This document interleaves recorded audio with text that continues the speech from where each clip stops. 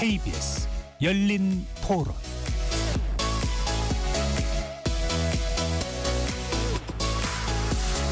안녕하십니까? KBS 열린 토론 배종찬입니다. 이 세상에 태어난 모든 사람은 어디에 살든 돈이 많든 적든 누구나 공평하게 단 한 번의 삶을 살아가게 되는데요. 한 번뿐인 인생이기에 이 세상을 살아가는 모든 사람은 참으로 귀하고 소중한 존재입니다. 그런데 만약 이 소중한 삶을 스스로 끊어버린다면 어떻게 될까요? 보건복지부 발표에 따르면 올해 1월부터 5월까지 자살로 사망한 사람은 총 6,375명으로 이는 지난해 같은 기간에 비해 무려 10.1%나 늘어난 수치라고 합니다. 정말 안타까운 일입니다. 특히 경제적 어려움이 주요 자살 동기로 꼽히고 있으며 노인 자살률도 매우 높다고 합니다. 어제는 세계 자살 예방의 날이었는데요. 이를 맞아 오늘 열린 토론에서는 국민 정신건강을 돌아보고 자살 예방의 중요성을 함께 나눠보는 시간을 준비했습니다. KBS 열린 토론 지금부터 시작합니다.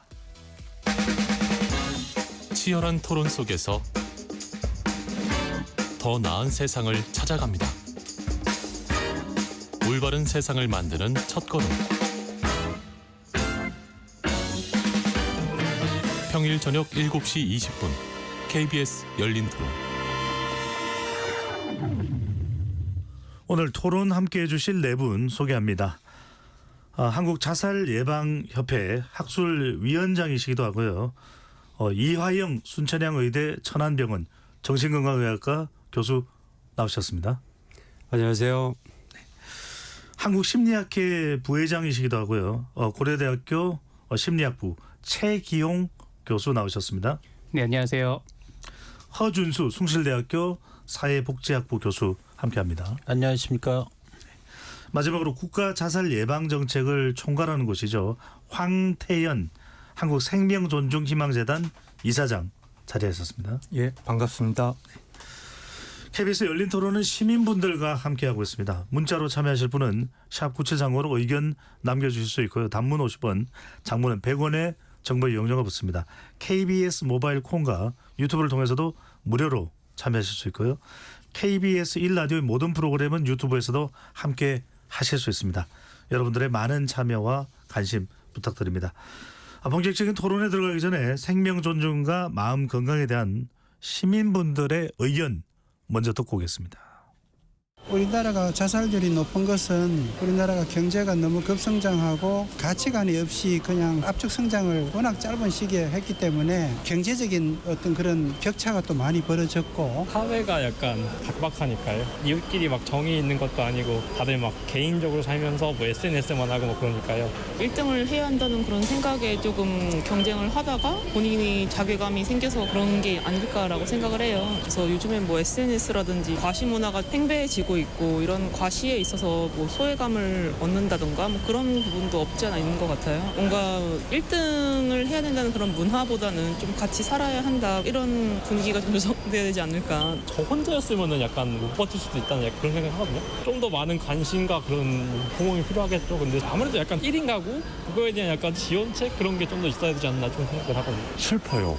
살다 보면 어려운 일이 있을 수도 있는데 희망이 안 보이니까 사람들이 그런 선택을 하잖아요. 그럼 사회적으로다가 희망을 보여줘야 되는데 그러지를 못하니까 그런 선택을 해서 안타깝습니다. 사회가 국가가 젊은이들한테 또 절망에 빠진 사람들한테 희망을 줘야죠. 재기할 수 있는 희망. 저도 이제 자살을 한 사람을 직접 보기도 했고 거의 끝까지 갔다라는 거는 그 상황에서 거의 막을 수는 없고요. 그 전 단계 징조들이 있을 거예요. 그 징조에서부터 막을 수가 있는데 보통 자기가 잘못했다라는 게 되게 크거든요. 그래서 그런 부분에 대해서 좀 이야기를 많이 들어주고 해결책이나 타협점을 좀 제시를 해주는 게 중요할 것 같아요. 시민분들의 의견 어떻게 들으셨는지요? 황 이사장님께 먼저 여쭤보겠습니다. 네. 한국생명존중희망재단 이사장이신데요. 국가 자살 예방 정책 총괄 기관이죠. 어떤 기능을 하는 곳인지 궁금합니다. 예, 저희 재단은 21년도 4월에 창립이 됐습니다. 저희 재단에서 하는 일은 주로 자살 예방과 관련된 대국민 홍보 또 자살에 대한 인식 개선 활동 등이 있고요. 자살 고위험군에 대한 관리 사업은 응급실에 내원한 자살 시도자를 위한 사례 관리 사업이 있습니다. 예.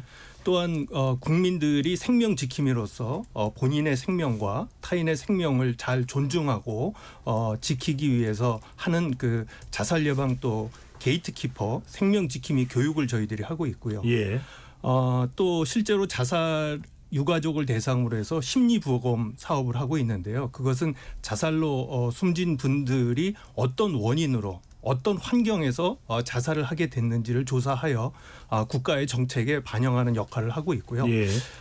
말씀하셨다시피 자살이 많이 일어나고 있는데요. 사후 대응 팀에서는 이러한 자살이 일어난 현장에 트라우마를 겪은 분들의 심리 지원도 하고 또 실제로 이분들이 어려움을 겪고 있을 때는 치료로 연결하는 그러한 사후 대응 서비스도 제공하고 있습니다. 예. 자살 생각도 심지어 어려움을 겪고 있는 분들이 직접 이 재단으로 연락을 해서 상담을 받거나 도움을 요청할 수 있습니까? 예, 저희들이 그 109 전화를 하면은 실제로 저희 상담원들이 전화로 상담을 할 수도 있고요. 또 전화가 어려우신 분들은 그 문자로 의뢰를 하시면 저희들이 SNS 상담도 제공을 하고 있습니다. 아, 그렇군요. 109번으로 연락을 할 수 있고 네. 문자로도 네. 상담 요청을 하실 수가 있습니다. 네. 이화영 교수님께서는 순천향대 병원의 정신건강의학과 교수로 계시는데 많은 분들이 이제 조금 이 용어에 대해서 민감하실 겁니다. 자살이라는 표현을 써도 되는지 많은 경우 이제 극단적 선택에 대한 표현으로 대체하는데 자살 말해도 되는 겁니까? 우리가 이제 그 극단적 선택이라는 표현을 쓰는 이유는 이 모방 자살 때문인데요. 이 자살 고위험군이 자살 사건 관련 보도를 보게 되면 강하게 영향을 받고 자살에 몰두하고 자살을 시도할 수 있기 때문에 예. 그런 노출을 피하기 위해 이제 극단적 선택이라는 표현을 쓰게 됩니다. 근데 우리나라가 특이하게 자살에 대한 보도를 굉장히 많이 해요. 그래서 그 자살 보도에 영향을 받고 모방 자살을 많이 하게 되는 경우가 많고요. 그다음에 미국 같은 경우는 수이사이드라는 표현을 그대로 직접적으로 쓰거든요. 영어입니다. 네. 네. 근데 그 자살이라는 의미죠. 근데 그렇지만 미국은 그렇게 자살 보도가 그렇게 많지 않다고 그래요. 그래서 우리가 자살에 대한 보도가 적게 이루어진다면 거의 보도가 되지 않는다면 자살이라는 용어를 우리가 이 토론이나 이런 데서는 충분히 자유롭게 쓸 수가 있겠죠. 자살 예방에 대한 홍보도 할 수 있겠고요. 그런데 현재로서는 이제 자살 보도가 많은 상황이기 때문에 자살이라는 용어를 되도록이면 적게 쓰는 게 좋겠다. 이렇게 말씀드릴 수 있겠습니다. 자칫 자극이 될 수도 있기 때문에 신중할 필요가 있다 이런 말씀인데 최 교수님 심리학 또 전문으로 하고 계시는데 올해 5월까지 제가 이제 오프닝에서도 말씀을 드렸습니다만 지난해 같은 기간보다도 10% 이상 조금 더 늘어났다. 더 늘어났다 이런 말씀을 드렸는데요. 특별한 이유가 있을까요? 네, 말씀 주신 대로 지금 통계청 보고나 그다음에 생명존중 희망재단의 보고서나 WHO 보고에 따르면은 OECD 국가 중에서 한국이 자살률 1위를 한 게 20년간 지난 20년간 한 두 해 정도를 빼고는 계속 그랬거든요. 지금 1위가 우리나라고 그리고 2위가 이제 리투아니아 압도적으로 1, 2위를 하고 있는데 두 국가에 굉장히 공통점이 있더라고요. 그러니까 경제적으로 굉장히 힘든 상황이 있고요. 그리고 트라우마가 굉장히 좀 많이 있습니다. 예. 그래서 우리나라 국민들이 지금 현재 다른 나라에 비해서 많은 종류의 트라우마에 이제 노출이 되고 있다 이런 부분이 있고요. 그리고 이제 사회적인 고립이 굉장히 심화되고 있고 그리고 여러 가지 우리나라 특유의 또 그런 경쟁적인 사회나 이런 부분들 그러니까 어떤 환경에서 우리 국민들에게 굉장히 많은 고통감을 주는 그런 일들이 많이 있기 때문에 그러한 부분들이 복합적으로 우리 국민의 자살률을 지속하지 않는가 이런 생각을 합니다. 예. 추이를 놓고 본다면 어떨까요? 추세를 본다면은 네. 좀 위험도가 높다라든지 아니면 어느 시점에 좀 가파르게 상승했다든지 그런 특징들을 좀 볼 수 있을까요?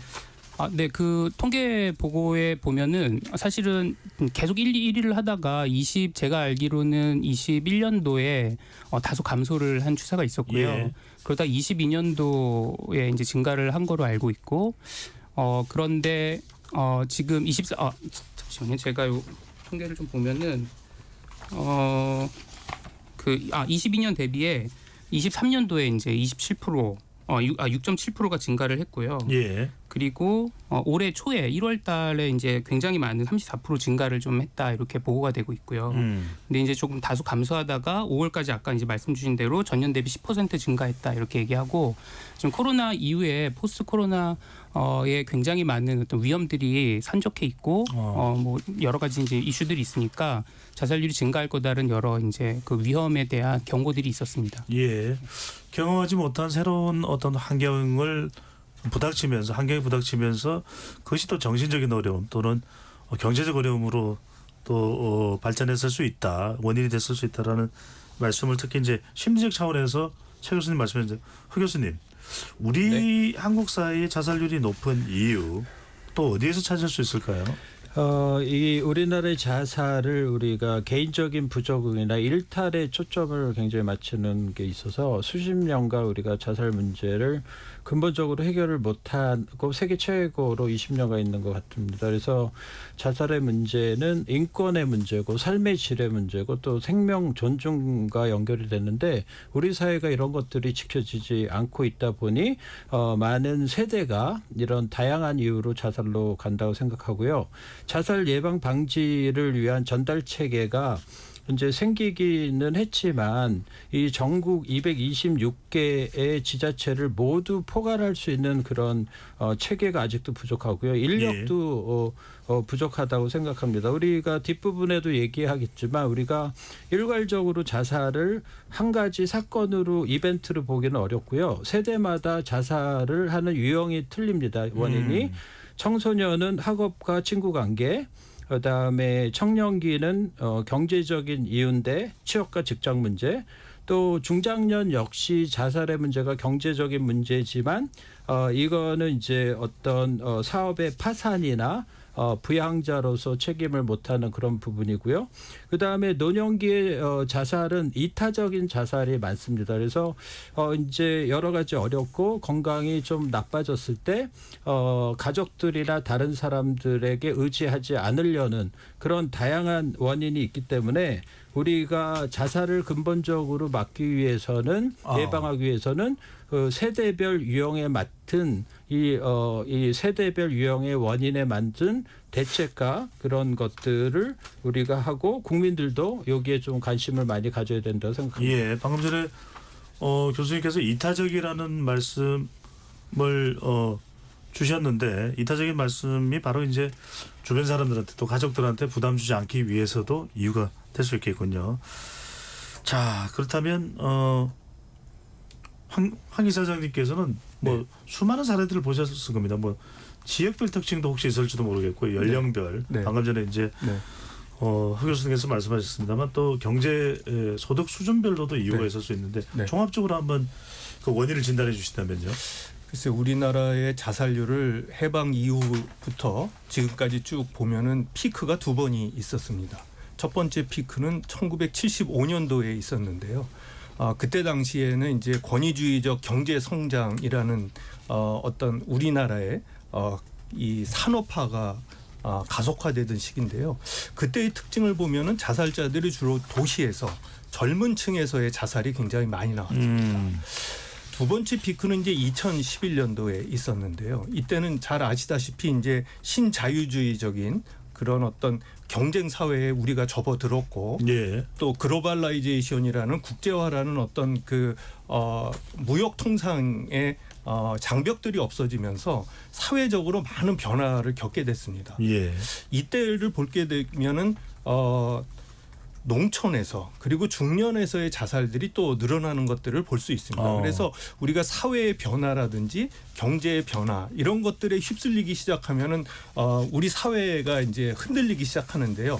거기에 가장 누가 영향을 많이 받느냐에 따라서 그 계층의 자살이라든지 또는 원인에 따른 그러한 그 이 트라우마를 받는 그러한 이 연령군들이 좀 다양하게 나타날 수 있다고 예. 말씀드릴 수 있습니다. 종합적으로 황희상 선생님 말씀은 뭐 큰 대내외 변수가 또 이 자살에도 영향을 줄 수 있다는 말씀이셨는데 하나씩 좀 들어가 보겠습니다. 네.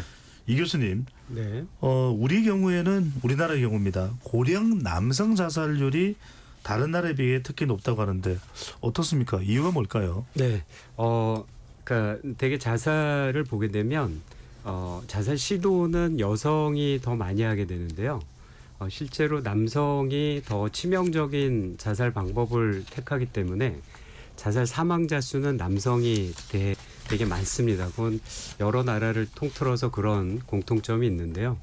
우리나라도 보면 되게 자살률을 얘기할 때 이 10만 명당 몇 명이 자살을 하느냐로 이제 자살률을 따지는데요. 여성 자살률이 15명 그리고 남성이 35명.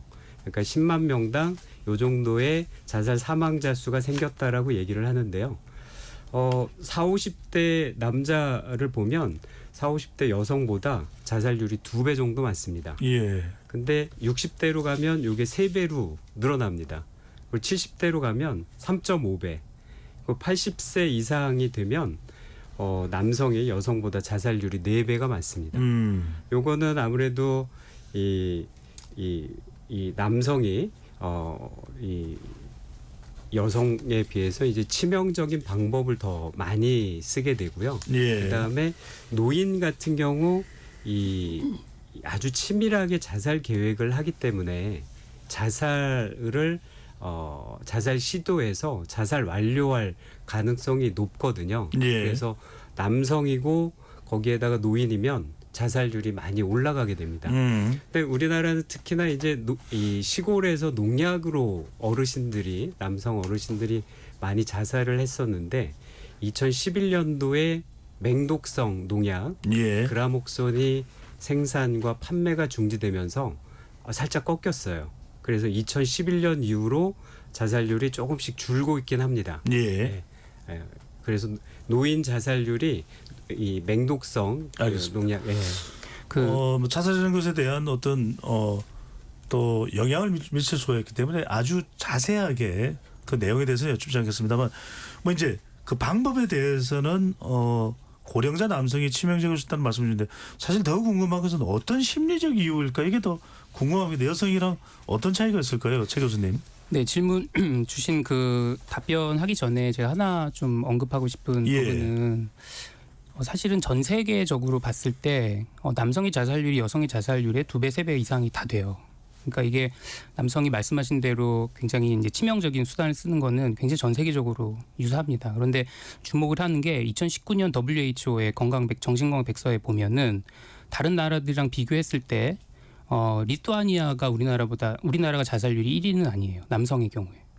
이제 2위인데 특히 다른 나라들이랑 비교했을 때 35세 이상부터는 남성의 자살률이 2위로 이제 계속 유지가 되는데요. 예. 우리가 주목하지 않는 부분은 여성의 자살률이 다른 나라와 비교했을 때 압도적으로 1위입니다. 그건 전 연령별로 그래요. 그러니까 15세, 25세, 35세, 45세 그 전 연령에 있어서 여성의 자살률이 OECD 국가들에 비해서 압도적으로 1위예요. 예. 최소 뭐 2배, 3배 이렇게 되는데 우리가 지금 언론에서도 그렇고 그 부분을 잘 주목하지 않는 게 좀 문제고 지금 이제 특히 20대 이렇게 경제 활동에 접어드는 여성들의 거나 가임기에 해당되는 여성분들의 자살률이 전 세계적으로 1위라는 점은 굉장히 저희가 주목해야 될 이건 부분입니다. 심각합니다. 그렇죠. 네. 네, 그래서 그 부분에 대한 어떤 대책 마련 이게 굉장히 시급한 부분이다 이런 생각이 이제 들고요. 교수님 짧게라도 그 원인을 좀 이유가 뭘까요? 어떤 심리적인 이유 때문일까요? 뭐 그 원인이야 이제 여러 가지가 있을 텐데 아무래도 이제 뭐 불평등의 이슈라든지 아니면 여성분들이 이제 그 사회 진입하는 것에 있어서의 고통감이 이제 다른 나라의 여성에 비해서 클 수 있다. 그리고 또 이제 뭐 가정을 이제 꾸리거나 예. 아이를 낳거나 키우고 하는 부분에 있어서의 여러 고통감이 어떻게 보면 다른 나라의 여성들에 비해서 체감하는 고통감이 훨씬 클 수 있기 때문에 그런 부분들이 또 영향을 미칠 수도 있겠다 이런 생각이 들고요. 네, 그렇습니다. 이건 정말 간단한 문제, 단순히 이야기할 부분이 아닐 것 같고 우리가 왜 여성들에게 더 배려하는 사회가 되지 못하는가 이런 경각심까지도 가지게 됩니다. 허 교수님, 앞서 이제 항태현 이사장님께서도 경제적 이유 설명을 해주셨습니다. 2011년 이렇게 변곡점에서 자살률이 높아질 때요. 우리나라 고령층의 빈곤 문제가 일단 얼마나 심각한지를 좀 확인해봐야 될 것 같습니다. 네, 우리나라가 지금 우리가 계속 오늘은 자살 얘기를 하고 있지만 OECD에서 부동의 20년 동안 1위를 우리가 노인 빈곤 자살률 1위를 하고 전체 자살률도 1위를 하고 있는데요. 예. 그거하고 똑같이 노인 빈곤율이 지금 20년간 부동의 1위를 하고 있습니다. 그래서 그게 이제 아주 그 상관관계가 엄청 높은 거죠.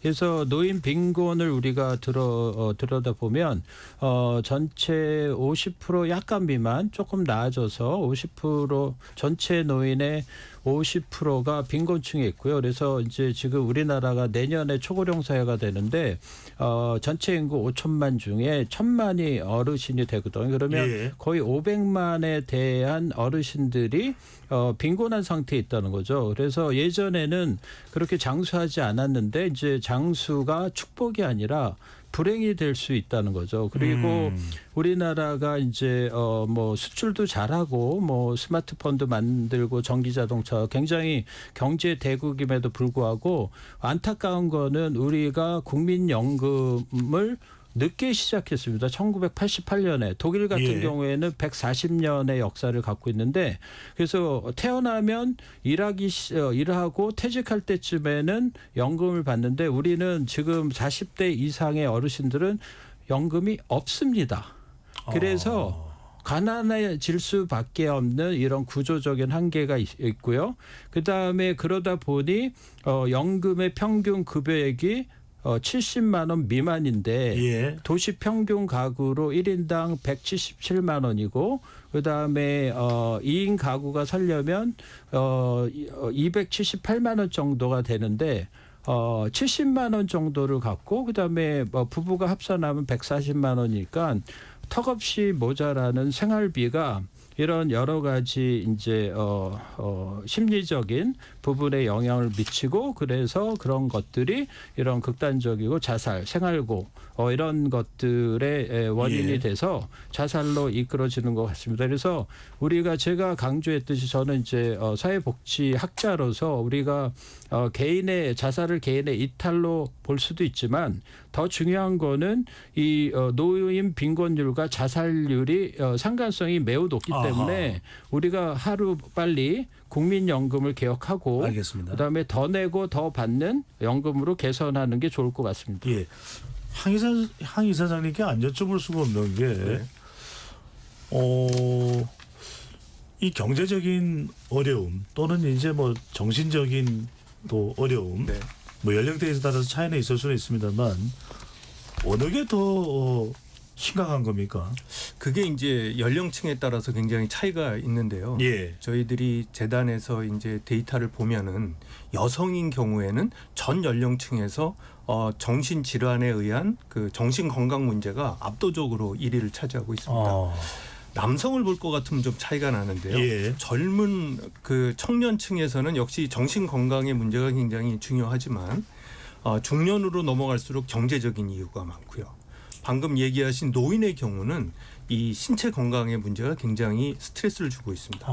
그래서 실제로 뭐 뇌졸중이라든지 뭐 암이라든지 이제 이런 어떤 질환을 앓게 되시면은 실제 이동권이 굉장히 제한이 됩니다. 본인이 수족을 쓰고 싶어도 못 쓰는 그러한 어떤 신체적인 기능의 상실이나 저하 이런 것들이 굉장한 그 암울한 우울증을 야기시키기 때문에 노인의 그 자살 원인 중에서는 이 신체 질환으로 인한 어떤 기능의 상실 이러한 것들이 가장 많은 그 원인으로 제시되고 있습니다. 이사장님 제가 어리석은 질문을 하나 하겠습니다. 그래도 우리나라 정도로 고도 성장했고 기초 노령연금도 있고 국민연금도 있고 아파트도 뭐 웬만하면 있을 수 있고 이게 노년을 버틸 수가 없는 겁니까? 그 정도로? 글쎄 노년이 되면서 우리나라 노년들이 겪는 가장 큰 어려움은 고립감인 것 같습니다. 또 이 가족이 와해되면서 우리나라는 주로 이제 효를 근간으로 하는 동방 예의지국이라고 했는데 요새는 시골에서 노인들이 혼자 사시고요.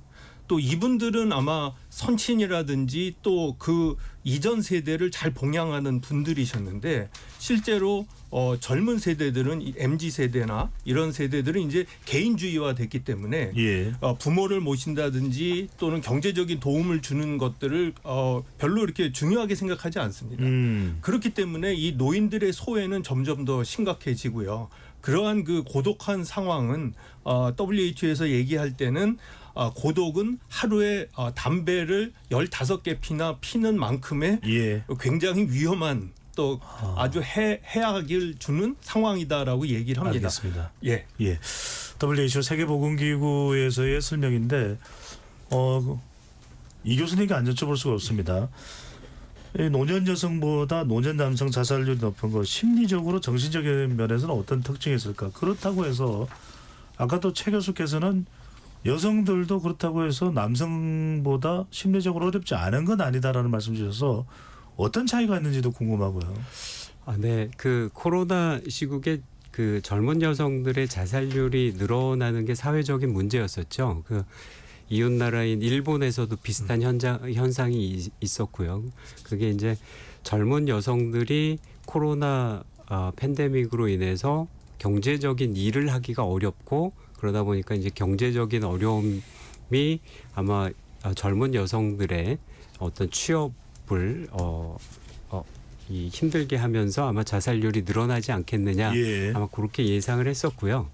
실제로 우리나라의 노인 자살률이 굉장히 높고 그래서 남성 노인들이 더 자살률이 높은데 지금 그 60대, 70대, 80대이신 분들은 개발 시대에 굉장히 말없이 이렇게 열심히 일만 하면 됐던 세대였었죠. 그래서 소통 능력이나 워낙에 남성분들이 여성분보다 말 표현이나 이런 소통 능력이 많이 떨어지고 그다음에 사회적으로 요구되는 것도 말없이 그냥 계속 열심히 일만 하면 됐었던 분들이 갑자기 이제 연세를 드시고 그러다 보니까 이제 이 가족에서 이 뭐 외로움 뭐 이런 고립되는 그렇죠. 고립되면서 이제 역할도 가정 내에서 약간 혼란스러워지고 예. 그다음에 이제 경제적인 불안정까지 겹치면은 이제 우울증에 이제 뭐 자살 위험까지 가게 되는 거죠. 그래서 실제로 보면 어르신들이 혼자 나가서 외출하고 운동하고 오시는 남자 어르신들이 많단 말이죠. 그러니까요. 그리고 여성분들은 나가서 외출도 뭐 하는 분들도 계시지만 집에서 그냥 전화로 해서 이제 친구들이나 가족들하고 수다 떠는 분들이 있단 말이에요. 그래서 그 두 군을 비교를 해봤더니 혼자 나가서 운동하는 이런 분들보다 전화로 떠들고 수다 떨고 이런 분들이 신체 건강이 훨씬 더 낫더라는 거죠. 그래서 결국에는 이제 노년을 준비할 때 이제 의사소통 그다음에 얘기를 나눌 어떤 친구라든지 이런 지인들이 필요한 거고요. 대개 남성분들 중장년층을 보면 인간관계가 다 직장과 관련돼 있습니다. 예. 10 중에 9은 직장인이거든요. 직장 관련된 분들이라서 퇴임하는 순간 인간관계가 단절이 돼버립니다. 그런 영향이 큰 거죠. 남성분들이. 조금 우리가 연령대가 이제 고령자로 좀 좁혀졌습니다. 최 교수님. 사회적으로 단절되고 고립되는 이제 이른바 고독사 얘기를 하게 됩니다. 근데 또 한편으로는 왜 적극적으로 좀 소통을 못할까? 나가서 관광버스에서 단풍 구경도 가시고 또 친구분들하고 만나서 식사라도 하시고 이러면 좀 더 개선될 텐데 그건 안 되는 걸까요? 어떤 이유가 있는 걸까요? 아까 이제 그 이화영 교수님께서도 말씀을 해주셨는데 우리 지금 고령 특히 이제 중장년층 같은 경우에 남성분들은 굉장히 커뮤니티에 뭐랄까요 그런 어떤 네트워크가 많이 약한 상태고 사실 우리나라의 서비스나 이런 정신건강 서비스들을 이렇게 보았을 때도 그런 지역사회에 이렇게 참여해가지고 뭔가 지지를 받고 의사소통을 하고 할 수 있는 게 굉장히 적극적으로 여성분들처럼 이렇게 뭐랄까 쉽지 않은 것 같아요. 예. 그러다 보고 또 이제 문화적으로도 자기의 감정이나 어려움을 누군가에 얘기하는 것이 굉장히 어려운 상태로 이제 자라왔잖아요. 그리고 그분들이 아주 오랫동안 뭔가 그런 어떤 유교적인 어떤 그런 생각들 그리고 자신의 고통감을 다루는 태도들이 오랫동안 지속이 되다 보니 결국에는 그런 그런 어떤 고독함에도 불구하고 누군가를 만나서 찾고 할 수 있는 어떤 계기도 없고 그리고 그거를 할 수 있는 용기도 없고 그리고 또 그걸 할 수 있는 뭐 기술도 부족하고 그런 것들이 계속해서 이분들의 고통감을 증가하면 이분들은 자연스럽게 또 이렇게 철수하게 되는 거죠. 예. 도망가게 되는 거니까 그게 악순환의 고리를 계속 형성하지 않는가 이런 생각이 듭니다. 예. 아니 허 교수님 지금 최 교수님 설명해 주셔서 우리가 어떤 문제가 있는지를 확인을 했습니다. 네. 그렇다면 뭔가 좀 적극적인 소통을 하면 이런 고령층의 정신적 어려움이 좀 해소될 것 같은데 지역적인 어떤 지원이 있습니까? 없습니까?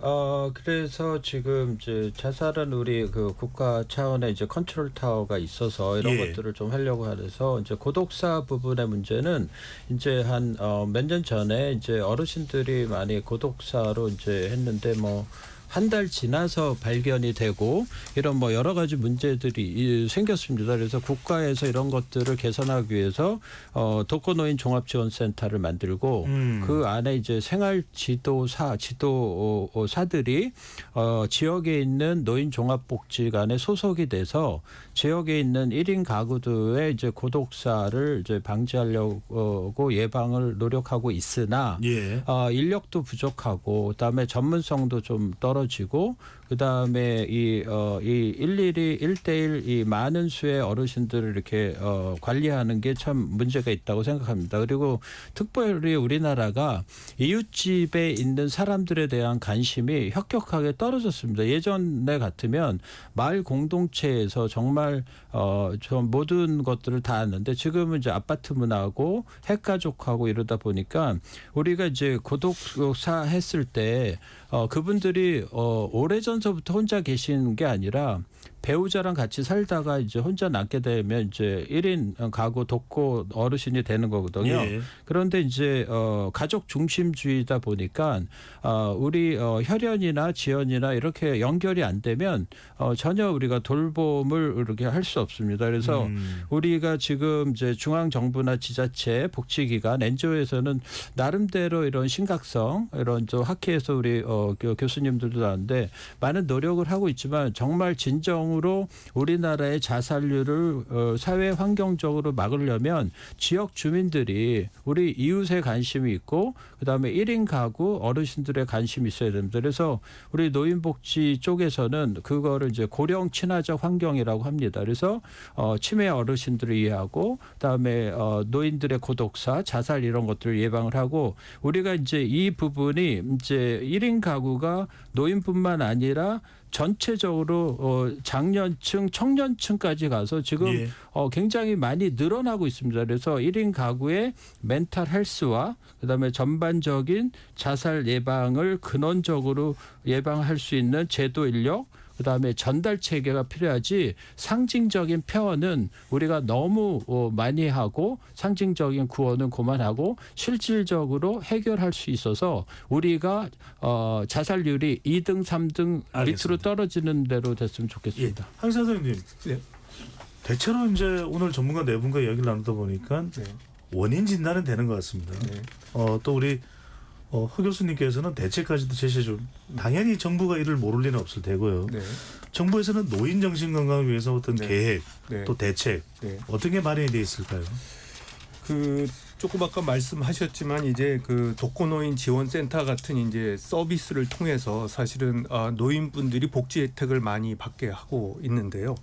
최근에 볼 것 같으면은 이제 그 아까도 말씀했지만은 그 어떤 관계 형성이 안 되기 때문에 뭐 KT 같은 데서 이제 챗봇 같은 것들을 또는 이제 노인과 대화할 수 있는 그런 로봇 같은 것들을 이제 개발을 하고 있습니다. 예. 그래서 이제 실제 이분들이 이제 대화하는 방법들을 스스로 깨닫게 할 수도 있고요. 또 그 지역 사회에서 좀 더 그 관심을 노인들에게 갖게 하기 위해서 이제 자원봉사 시스템들을 운영을 하고 있는데요. 예.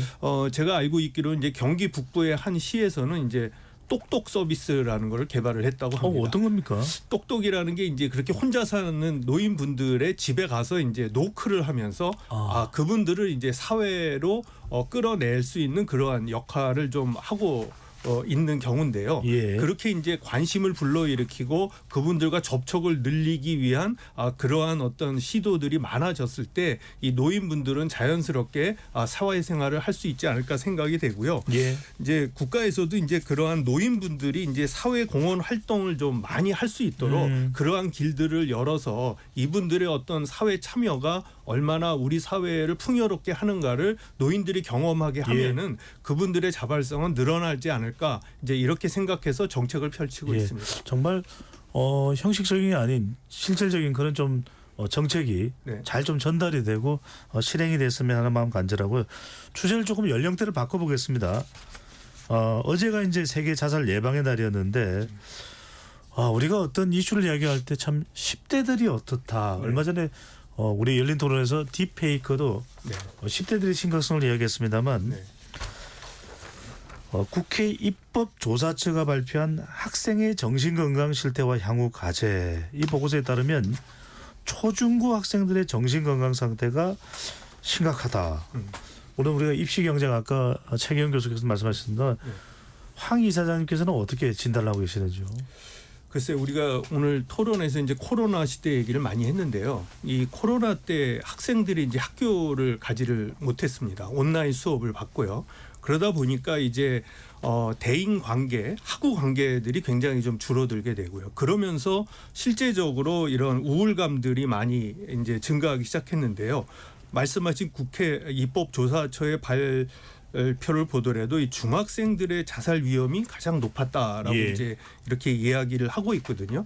결국은 이런 10대들의 그런 그 온라인을 통한 커뮤니케이션은 굉장히 활발해졌지만 그걸로 인해서 온라인 게임에 중독이 된다든지 또는 이제 이러한 어떤 온라인을 통해서 자살 유발 정보라든지 또는 여러 가지 이 동반 자살에 대한 그러한 정보 또한 이제 많이 범람을 하게 됩니다. 그래서 그러한 자살 유해 정보를 접하는 이 10대들의 정신 건강은 더욱 나빠질 수밖에 없고요. 또 그런 10대들이 본인들의 우울증을 해결하기 위해서 그런 채팅방을 들어가는 예를 들어서 이제 그게 이제 우울증 갤러리라는 이제 이름으로 이제 우리가 알게 됐는데 그렇게 서로 도와주고 지지하려는 그러한 모임조차도 누군가에 의해서는 나쁘게 악용되는 그러한 사례가 많기 때문에 10대들이 이렇게 이제 무방비로 온라인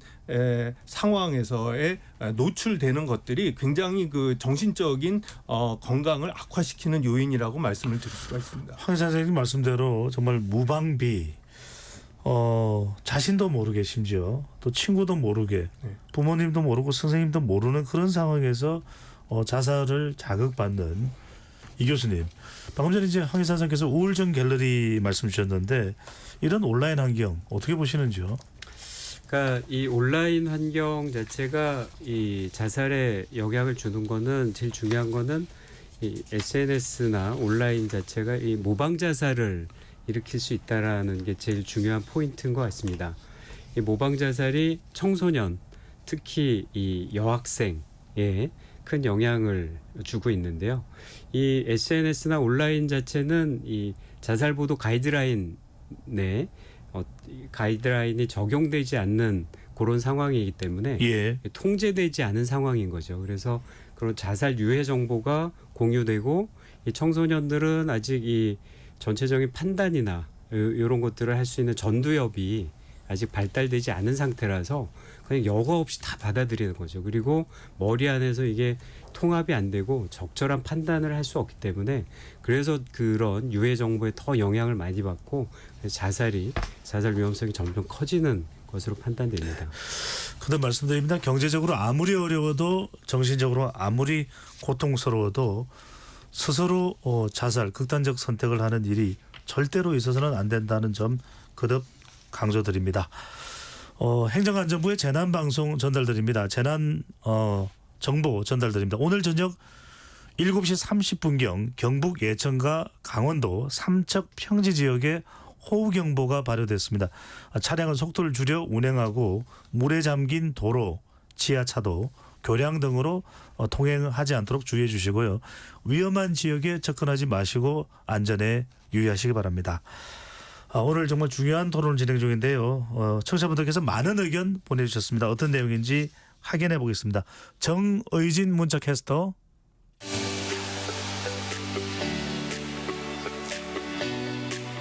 네, 지금까지 청취자 여러분이 보내주신 문자들 소개합니다. 2504님, 노인 자살률 심각하더라고요. 특히 아프신 분들이요. 그냥 선택의 여지가 없는 거더라고요. 앞으로 노인 인구가 점점 더 늘어날 텐데 사회적 관심이 필요한 시점입니다. 7802님, 미디어의 영향도 큰 것 같아요. 쇼츠와 SNS를 통해 모두 행복하고 화려한 모습만 보이니 자신의 삶이 더 초라해 보이기도 한 것 같습니다. 스마트폰의 등장으로 아이들이 성인과 똑같이 좋지 않은 정보에 노출받다 보니 아직 심신이 완성되지 않은 청소년들도 우울감에 빠지기 쉬운 것 같고요. 3671님, 마음 아픕니다. 글루미 코리아네요. 우리나라 행복했으면 좋겠습니다. 자살공화국에서 출산율을 논하는 것도 참 아이러니하네요. 자살하는 사람 맞고 사람이 살만한 사회를 만드는 게 우선 아닐까요? 1319님, 자살 예방, 상담을 한다고 한들 해결책이 안 되는 거죠. 빈곤 해결, 빚, 지역 노인 복지 시설 확충, 의료비, 자식, 환자 부양, 나이 먹으니 살기 힘들고 도와주는 곳이 없습니다. 김근우님, 중산층이 사라졌고 빈부격차가 급격해지기 시작하면서 자살률이 급등한 것으로 보입니다. 잘 지켰으면 좋겠습니다 해주셨고요. 쌈밥 천사님, 우리나라는 혐오가 난무하고요. 뒤처지면 나고자로 낙인 찍히고 서로 눈치 주고 서열 문화에 참 피곤합니다. 어디서부터가 문제인 걸까요? 다 같이 행복하게 살면 좋겠는데 점점 사회가 병드는 느낌입니다 라고 보내주셨네요. 네, KBS 열린 토론, 이 시간은 영상으로도 생중계하고 있습니다. 유튜브에 들어가셔서 KBS 일라디오 또는 KBS 열린 토론을 검색하시면 지금 바로 토론하는 모습 보실 수 있습니다. 방송을 듣고 계신 여러분이 시민 농객입니다. 계속해서 청취자 여러분들의 날카로운 시선과 의견 보내주세요. 지금까지 문자캐스터 정의진이었습니다.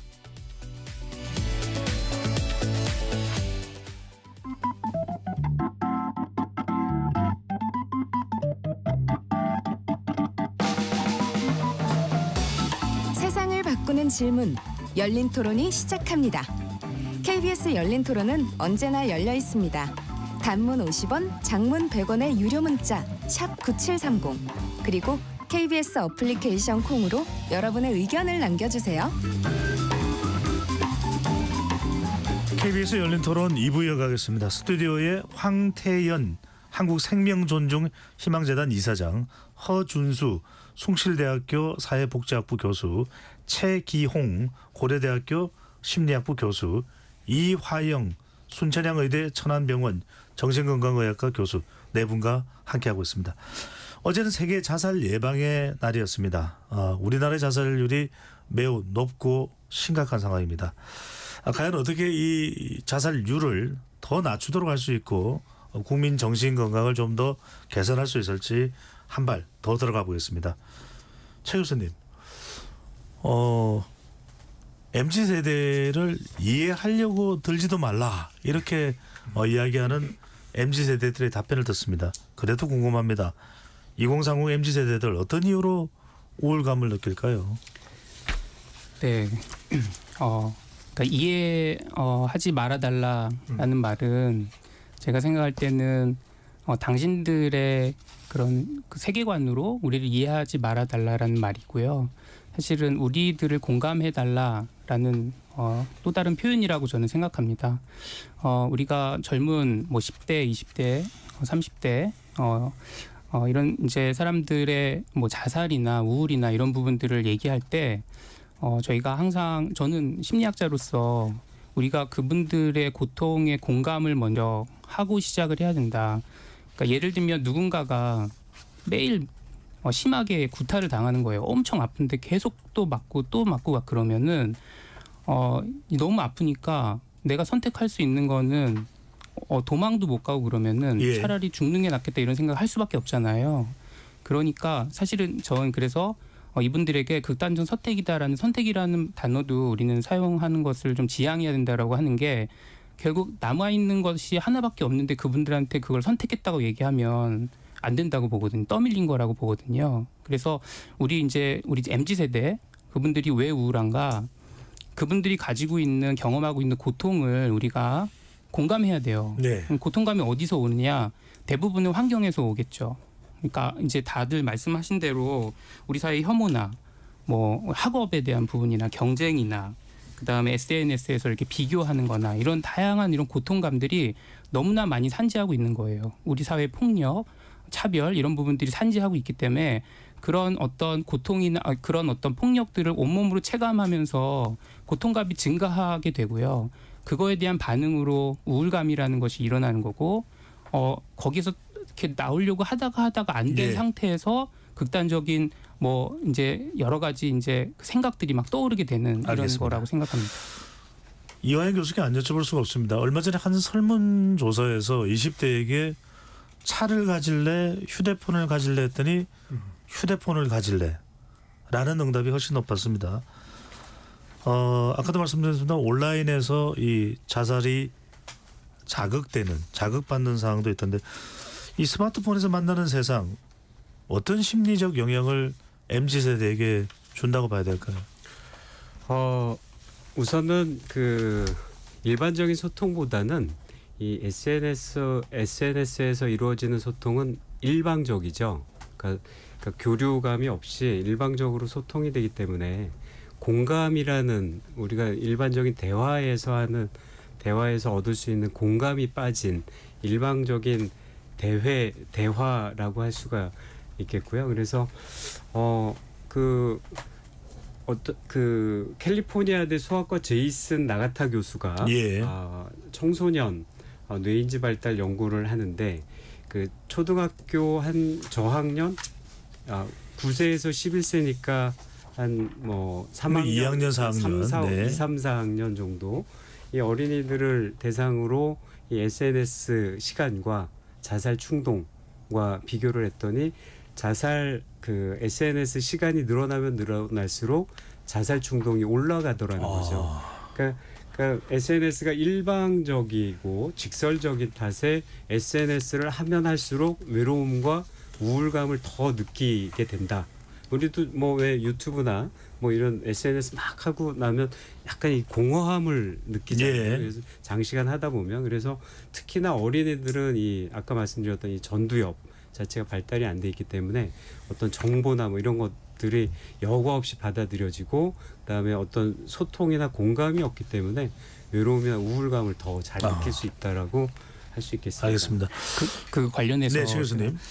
그러니까 이게 이제 그 SNS를 하면은 자살 충동이 증가하는 이제 보고들이 많이 있잖아요. 근데 사실은 만약에 SNS를 안 하면요, 그분들이 다른 거를 또 할 거예요. 풍선 효과가 있겠군요. 네, 그래서 사실 SNS를 왜 하냐가 우리가 아는 게 더 중요한 것 같아요. 그래서 이게 이 친구들이 고통감이 굉장히 있는 거예요. 불안감도 크고 뭔가 그런 고통감이 있는 거를 해소할 수 있는 방법이 거기서 빨리 도망갈 수 있는 게 지금은 SNS인 거죠. 도피처가 휴대폰이군요. 그렇죠, 네. 그렇죠. 그래서 우리가 휴대처를 뺏는다고 그 사람들이 다른 데로 그럼 도망가지 않지는 않을 것 같아서 이제 그런 어떤 SNS의 그런 악영향을 고려하는 것 플러스 이 친구들이 왜 이렇게 고통스러워하는가 그 부분을 해결해 줘야 됩니다. 예. 우리가 또 주목하게 되는 것이 결국 청년 세대입니다. 흑 교수님. 1인 가구 자살 사망자 중 절반가량이 청년이다. 주로 고령층만 우리가 빈곤, 경제적 어려움을 생각하는데 이 청년 세대부터 노인 세대까지 경제적 어려우면 다 가지게 되는 거네요. 그게 이제 지금 노인의 빈곤의 문제를 얘기하지만 이게 전반적인 우리 한국 사회의 사회 보장 체계가 안 돼 있기 때문에 아동, 청년, 장애인, 다문화 모든 국민들이 이런 여러 가지 빈곤 이런 부분에 시달리고 있거든요. 예. 그래서 뭐 이런 부분인데 이제 제가 좀 강조드리고 싶은 거는 이게 뭐 정신의학과 교수님들도 왔지만 이제 심리적 부검을 하면 다 우울합니다. 결론은 특히 청년들이 당연히 극단적인 선택을 하게 돼서 심리적 부검을 하면 우울한데 우리가 그거를 직접적인 원인을 해서 우울감에 초점을 맞추다 보면 예. 이게 자살의 근본적인 대책을 우리가 마련할 수가 없습니다. 그래서 청년들을 우리가 보면 얼마나 좀 안쓰러운지 우리가 지금 3포 세대라고 합니다. 연애, 결혼, 출산을 포기하고 그다음에 추가적으로 5포라고 그러죠. 경력과 주택까지 포기하는 세대여서 좀 우리가 좀 밝고 2030, 40까지 정말 행복한 시기인데 왜 우리가 행복하지 않을까? 그래서 뭐 다른 나라 얘기를 하면 좀 그렇지만 예. 핀란드 정부는 아이가 태어나면 이제 여러 가지 뭐 아이에게 필요한 물품도 전달을 해주지만 거기에 한 장의 종이 문서를 줍니다. 이런 궁금합니다. 얘기를 네. 뭐냐면 우리 핀란드 정부는 당신이 자녀를 출산하게 된 거를 축하드리고 앞으로 이 아이가 성인이 될 때까지 우리 핀란드 정부와 가정이 협력해서 이 아이를 잘 키웁시다. 사회적, 정신적, 육체적으로. 그래서 우리 사회도 이런 우리끼리의 어떤 학업 스트레스, 취업에 대한 이런 것들을 좀 내려앉고 정말 우리가 행복한 저녁이 있는 삶 이런 해서 청년들이 포기하지 않을 때 우리 저출산의 문제도 해결된다고 생각하고 예. 제가 또 강조하고 싶은 거는 아동 청소년 제가 노인복지 쪽 지역복지 쪽을 하지만 아동 청소년 청년들을 위한 복지를 전달할 그런 체계가 우리가 있는데도 잘 그게 구비가 되지 않아서 미흡합니다. 그래서 청소년들에게 청년에게 자살 예방을 하려고 뭐 여기 재단에서 그다음에 이런 정신의학과에서 전달을 하려고 해도 우리 지역에 정신보건복지센터가 있는데 지역 주민들이 그 정신보건복지센터가 어디에 있는지도 잘 모르고 여러 가지 문제점들이 있어서 우리가 자살 예방의 날에만 이 예. 얘기를 하는 게 아니라 좀 우리가 365일 청년이 행복한 나라가 될 수 있으면 좋을 것 같습니다. 예. 누군가는 이렇게 이야기하더라고요. 청년에게 힘을 내라고 하지 말고 힘을 주십시오. 정부는 황 이사장님 2027년까지 자살률을 30% 감소시켰다. 네. 경제적인 것도 그렇고 참 정신이 우선 무엇보다도 중요할 텐데 네. 이게 어떤 내용이고 어떤 방법이 시도되는 것일까요? 예, 지금 허 교수님 말씀하신 것처럼 자살이라는 것을 개인적인 어떤 그 원인으로만 돌리면 사실은 해결하기는 굉장히 어렵다고 생각합니다. 그래서 많은 사회학자들은 자살은 사회적인 타살이다. 결국은 우리의 환경이 주는 문제점들을 좀 해결을 해야 된다라고 얘기를 하고 있습니다. 그래서 정부는 이제 작년에 그러한 자살 예방 5개년 기본 계획을 좀 발표했는데요. 예. 이 여태까지와 다른 점은 이제 자살 예방 교육을 의무화시키자. 그래서 초중고라든지 공공기관에서 이런 자살 예방 교육을 받아서 누구든지 서로의 자살 경고 징후를 파악해서 그분들이 상담을 받거나 치료를 받거나 할 수 있도록 연결하는 그런 자살 예방에 대한 의무화를 이제 올해 7월부터 실행을 하고 있고요. 예. 또 지역사회 내에서 이 자살을 방지하기 위한 여러 가지 사회적 자원을 연결시킬 수 있는 그것을 우리가 생명존중 안심마을 이 운동이라고 얘기를 하는데요. 그래서 마을 단위에서 보건의료라든지 복지라든지 또는 관공서들이 다 힘을 합해서 지역사회의 자살 문제를 해결할 수 있는 이런 생명존중 안심마을이 지금 전국에 한 60여 개가 지금 지정을 받고 있습니다. 그래서 예. 바라옵기는 정부에서는 이제 전체 시군구를 다 생명존중 안심마을로 만들어서 그런 지역사회의 자살 예방 활동을 적극적으로 지원하려고 하고 있고요. 또한 이제 그 온라인에서 유통되는 그 번개탄이라든지 네. 자살을 유발할 수 있는 어떤 도구들을 차단하기 위한 그러한 방법들. 그래서 이 실제로 이제 플랫폼 이 기업에서 뭐 네이버라든지 카카오 같은 데서는 자살 유발 정보가 올라왔을 때 이러한 것들을 자체적으로 좀 차단시킬 수 있는 그런 방법들 그리고 예. 자살 유발 정보가 있으면 그것들을 우리가 모니터링해서 즉각적으로 경찰이 조치를 취할 수 있는 이러한 그 온라인 유발 정보 차단 센터들을 만들어서 예. 실제적으로 자살률을 낮추려고 그렇게 노력을 하고 있습니다. 이 교수님 이거 안 여쭤볼 수가 없습니다. 정신적으로 겪는 어려움 또 우울증의 경우에는 시중에서는 뭐 그런 이야기도 합니다. 그게 병이야? 뭐 이렇게 해서 대수롭지 않게 여기는 인식도 있는데 또 정신과로 병원에 간다 그러면 상당히 또 이상한 또 인식을 하는 경우들도 많은데 이런 어떤 정신적 어려움 조기 발견 치유 어떻게 해야 될까요? 네, 정신장애가 있으면 일반인에 비해서 자살 사망률이 한 7배 정도 더 높아진다고 합니다. 그래서 이 10대나 청년기의 우울증을 얼마나 잘 관리하느냐, 그리고 우울증의 유병 증상이 있는 기간이 길어지면 길어질수록 예. 재발이 잘 되기 때문에요. 우울증이 발견되면 바로 치료를 해서 회복을 시키는 게 굉장히 중요하고요.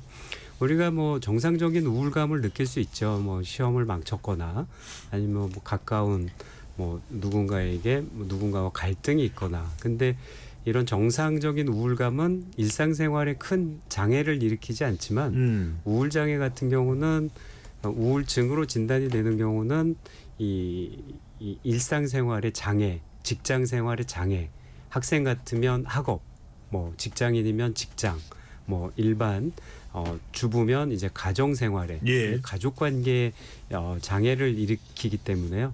그래서 그 우울증이 있는 기간 동안에는 이 뇌 손상이 미세하게 온다고 합니다. 그래서 우울 증상이 오래 지속이 되면 될수록 우리의 기억을 담당하는 해마 부위의 이 크기가 줄어든다고 그래요. 그래서 해마 크기가 줄어들기 때문에 재발도 잘 일어나고 또 증상도 나중에 재발했을 때 증상 조절도 잘 안 되고 예.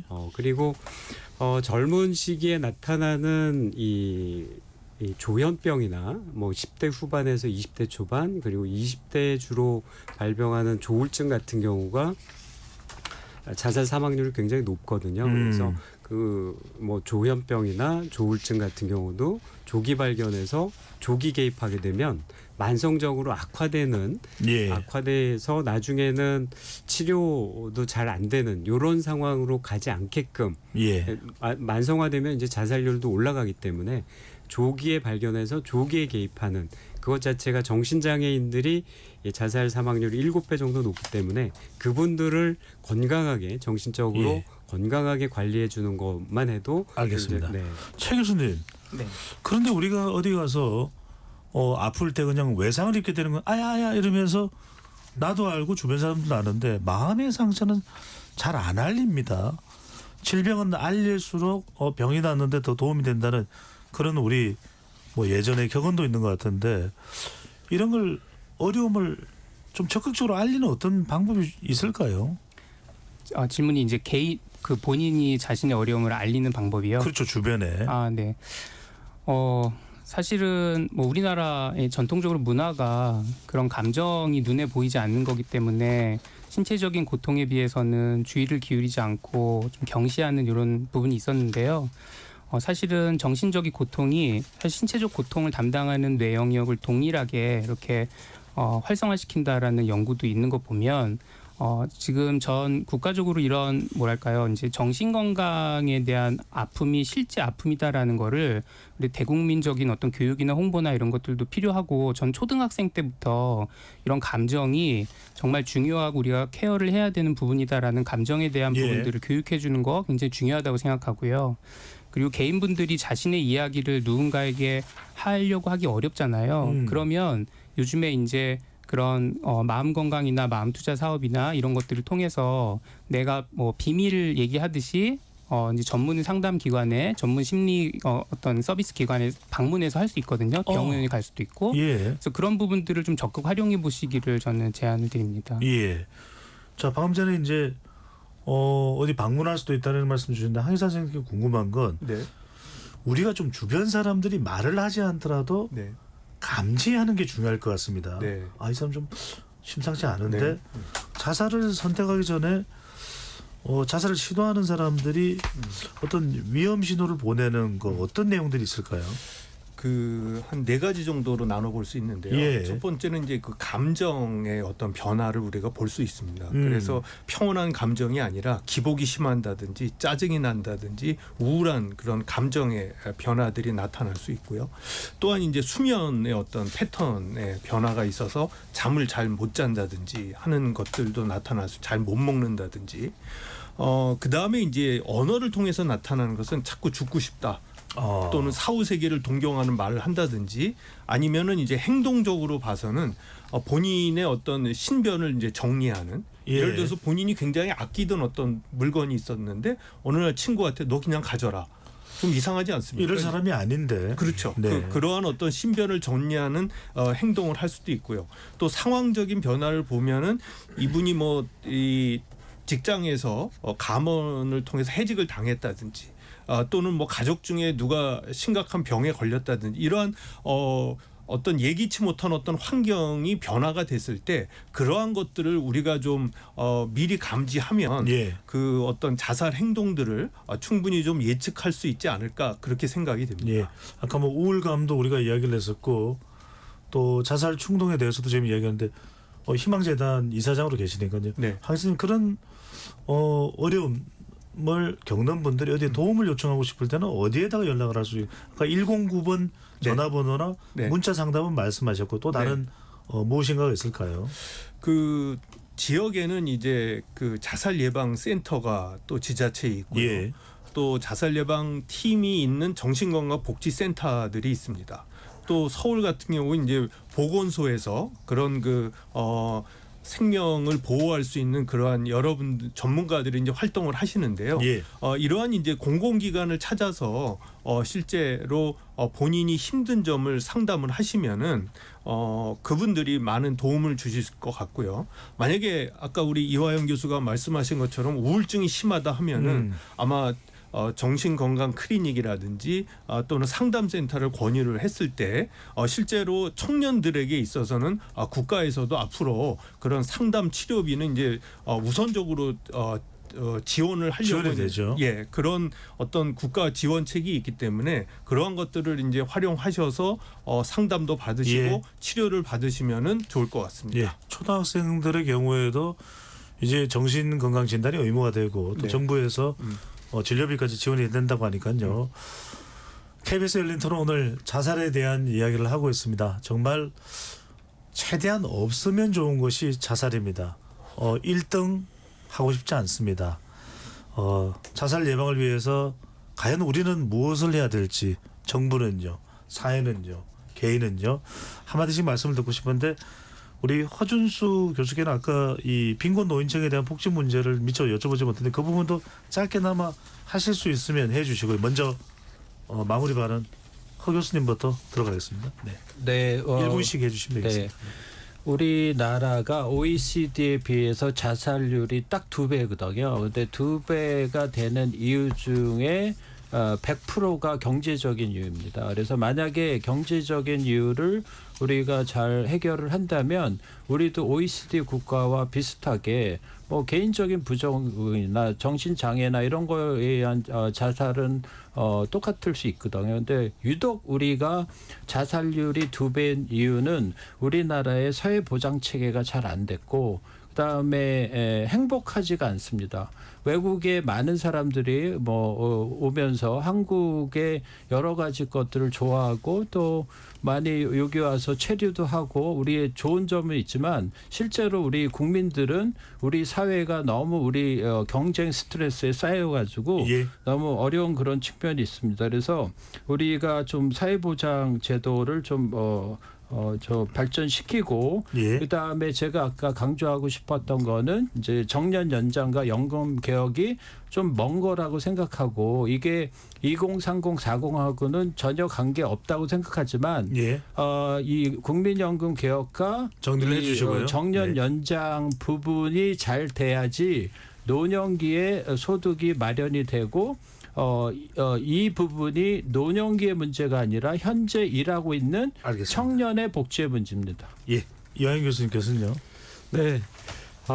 자살 예방은 한 직역이 할 수 있는 그런 사업이 아니고 한 부처 보건복지부만이 할 수 있는 것도 아니라서 그래서 지금 국무총리 산하에 이제 자살 예방 위원회가 있고 그래서 자살 생각을 하는 분을 발견을 하는데 거기에 이제 경고 신호, 자살의 경고 신호를 온 국민들이 잘 숙지하셔서 만약에 자살 경고 신호가 보인다면 위로와 공감을 통해서 자살 생각에 대해서 물어보고 들은 뒤에 전문가에게 연결을 해주면 전문가는 그 자살 생각을 하는 분이 어떤 어려움을 겪고 있는지 경제적인 거, 뭐 정신적인 거, 뭐 외로움, 뭐 여러 가지들을 해결해 줄 수 있는 국가 부처 그런 기관들이 많이 있거든요. 그래서 예. 그런 연결을 해주실 수 있으니까 자살 생각이 있다면 빨리 도움을 구하시라 알겠습니다. 이렇게 말씀드리겠습니다. 예, 최 교수님께서는요. 네, 저는 해답은 디테일에 있다고 보거든요. 결국에는 우리가 자살 데이터도 굉장히 많이 모여 있는데 아직 분석이나 이런 부분이 아직 피상적인 수준인 것 같고요. 오늘 말씀 나눈 대로 여러 가지 정밀한 분석 이게 좀 필요하다. 두 번째는 OECD 국가들에서 잘하고 있는 국가들이 하고 있는 걸 우리가 안 하고 있는 것들이 있거든요. 그래서 그런 부분들이 예를 들면 환경에 있어서 심리 서비스에 있어서 생물학적인 서비스에 있어서 우리가 어떤 그런 OECD 국가에서 하는데 우리가 안 하는 것들이 있는데 권고하고 있는데 안 하고 있는 예를 들면 심리 치료나 이런 부분들을 국민에 제공하는 게 이제 시작됐지만 그런 부분들 강화하는 거 이제 필요하고 그런 어떤 곳곳을 제공하고 있는 서비스들의 연계가 사실은 다 있는데 연계가 되지 않는 게 되게 많아가지고요. 모든 것들이 다 악지적으로 다 이루어질 때 자살 문제는 겨우겨우 하나씩 해결될 수 있다 이런 생각을 알겠습니다. 합니다. 황태현 이사장님 마무리 발언해 주시면요.